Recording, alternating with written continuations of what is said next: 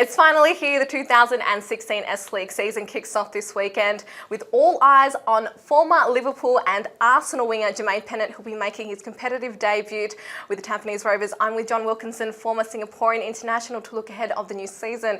John, Pennant and Tampines will host Geylang International in the opening round, and I mean, of course, Monday night, everyone's expecting Pennant to light up Monday night with the Pennant effect, but what are you expecting from the former Premier League player?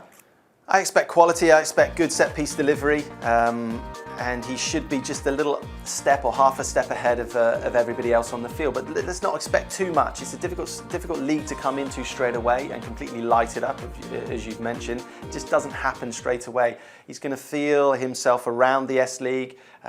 You're only as good as your teammates. It's a team game, so he's going to need a lot of support, a lot of help. East Coast derby, so anything can happen. It's going to be a bumper crowd. It'll be fascinating to see how Hassan Jalani, the new head coach of Geylang International, sets his side up.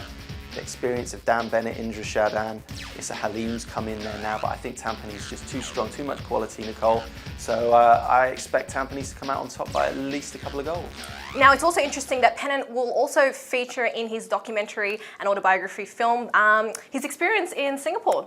Yeah, they're going to touch on his experience here in Singapore, so I can't wait for that to come out. But also, he's lived a lively life, should we say, both on and off the field. So it's going to cover his trials and tribulations coming up through as a Nottingham street kid, all the way up to his time here in Southeast Asia. So watch out for that one.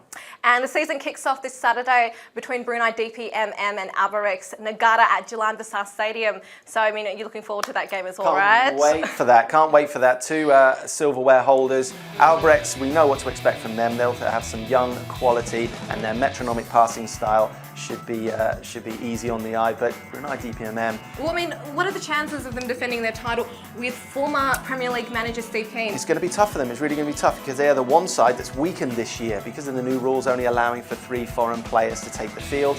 It means they've had to get rid of a couple of good foreigners, and they've always relied in recent seasons on really good top quality foreigners that they've been able to pay a handsome pay packet because of their large budget. It means they're going to have to replace 2 good quality foreigners with some young local players. So they're going to be weakened this year. I don't expect too much from DPMM Brunei. I really don't. I think they're going to finish 4th at best this season. Okay, and what are your other season predictions? I'm going to go for Tampines Rovers to win the S-League. I think they also might even take the cup as well. AFC Cup campaign might take its toll, but I think they have enough players in their squad to cope with it, just about. I think they're going to win the title because they have to. The amount of money they forked out on Jermaine Pennant, the pressure's going to be there. I think they'll thrive under it. Came so close last season, they should win it. Anybody's guess who falls in after that. Balestier Khalsa will be difficult to break down and difficult to beat, but they've been weakened slightly as well. I don't think they've replaced the likes of Po Yifeng, for example. Geylang International, it's going to be fascinating to see if they can finish higher than 5th for the first time in a long time. And of course, Warriors will be there or thereabouts. So Tampines Rovers and Home United are going to be the top 2 for me. Well, thank you so much, John Wilkinson. Well, this will be S-League's 21st season, and which will run for more than 8 months until October 28th.